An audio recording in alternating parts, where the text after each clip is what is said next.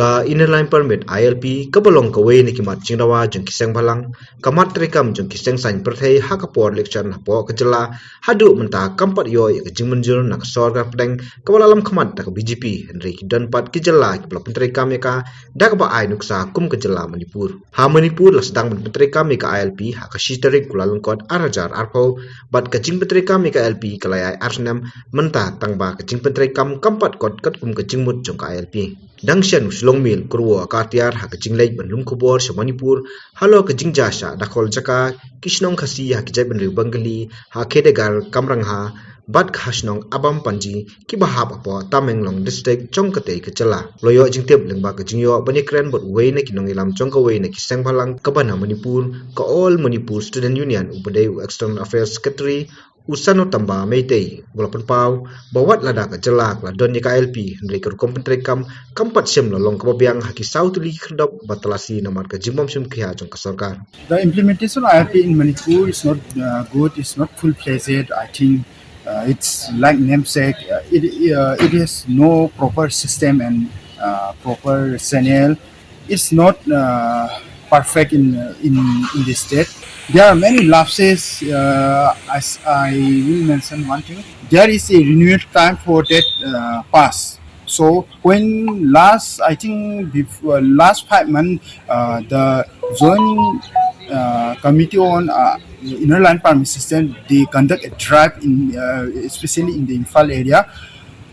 There are many people. There are many migrants whose cards are invalid. They are outdated. They didn't renew their card. There are many migrants and workers in the state. So, if there is a proper system or proper implementation, there will not be such cases. Halo ka jingmi ki jingno balada wan ka ILP kan kata sibuni ka kamchungo ka perthei bat ka kamai kaji katkum ka jithu jung teunoi lam ka amsu ulong bah ki jaka ka ba ka ILP ka trikam bha bat ki bade ki jaka ki bodoni ka jaka jungo ka perthei kata ka jingno kamde ka basisha namar kamsem lakta ikinawan ka jungo ka perthei nakwe pat ki jala.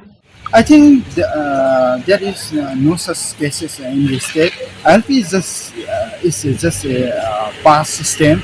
It didn't affect the tourists coming from the outside the state. The system is good. The system and the egg is good, but the system of implementation is not good in the state because it cannot check. It can check in some extent, but it cannot check to all extent.